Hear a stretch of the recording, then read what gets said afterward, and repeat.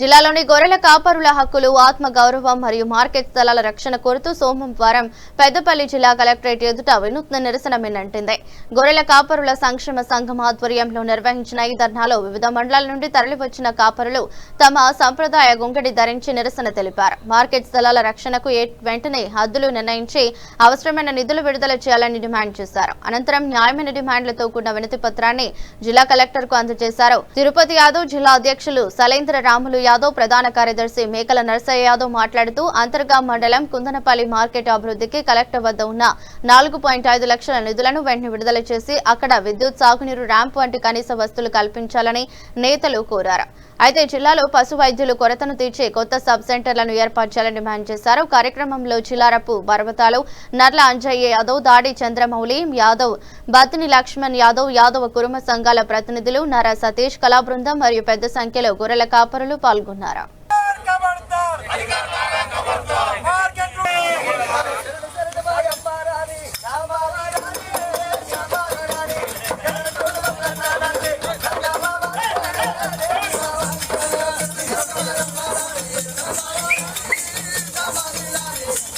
పెద్దపల్లి జిల్లాలో ఈ రోజు మన కలెక్టరేట్ ముందు మా గొర్రెల కాపర సంఘం ఆధ్వర్యంలో మా రాష్ట్ర కార్యదర్శి, రాష్ట్ర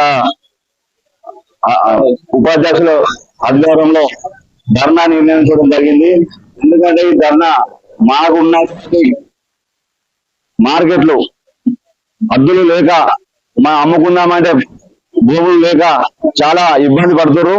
కాబట్టి మా గొర్రెల కాపర సంఘానికి ఆ మార్కెట్లు అయితే ఎక్కడైతే ఉన్నాయో వాటికి హద్దులు నిర్ణయించి మా మార్కెట్లు మాకు అప్పగించాలని మేము కలెక్టర్ గారిని వేడుకుంటున్నాం. ఇంతకుముందు కూడా మేము మన పత్రిక తరఫున కూడా మేము తెలియజేయడం జరిగింది. ఇంతవరకు కూడా మాకు ఏ రెస్పాన్స్ లేదు. కాబట్టి ఇవాళ మేము అందరం మండల లెవెల్, జిల్లా లెవెల్ మేము ఇలా ధర్నా నిర్ణయించడం జరిగింది.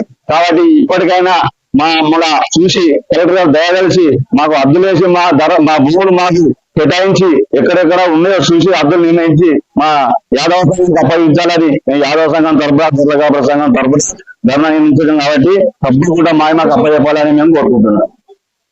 ఈ రోజు గొర్రెల కాపర్ల సంక్షేమ సంఘం పెద్దపల్లి జిల్లా శాఖ అధ్యక్షులు సలేంద్ర రాములు యాదవ్ గారి ఆధ్వర్యంలో మన మార్కెట్లు మనమే కాపాడుకుందాం అనే నినాదంతో గొంగడి ధర్నాను ఇక్కడ కలెక్టరేట్ ముందు నిర్వహించడం జరిగింది. పెద్దపల్లి కలెక్టరేట్ ముందు మరి దీనికి విచ్చేసినటువంటి గొర్రెల కాపర్లందరూ కూడా మరి శనార్థి మాటలు తెలియజేస్తూ మరి ఈ నినాదం ఎందుకోసం చేస్తున్నాం, మరి ఈ ధర్నా ఇక్కడ ఎందుకు చేసినాం అని అంటే ఇవాళ కలెక్టర్ గారికి ఇక్కడ మేము గొంగళ్ళు వరుసుకొని పద్ధతి బట్టి మా మార్కెట్లను మాకు కాపాడండి, దానికి సంబంధించిన నిధులు ఇవ్వండి అని చెప్పేసి ఇలా పద్ధతి పట్టుకొని మా నర్ర సతీష్, కళా బృందంతో ఇక్కడ ప్రదర్శించడం జరిగింది. అట్లాగే మరి ఎన్ఎల్ఎం స్కీమ్ కి సంబంధించినటువంటి వాటికి సంబంధించినటువంటి సబ్సిడీలను వెంటనే విడుదల చేస్తూ మరి దానికి అడ్డుగా డిటిసిపి పర్మిషన్ కావాలని మరి ఆ స్కీమ్ లో పెట్టడం జరిగింది. ఆ డిటిసిపి పర్మిషన్ తీసుకోవాలంటే మినిమం 6 నెలలు సమయం పడుతుంది. కాబట్టి వాటిని రద్దు చేయాలని చెప్పేసి కూడా మేము కలెక్టర్ గారిని కోరడానికి ధర్నా చేస్తున్నాం.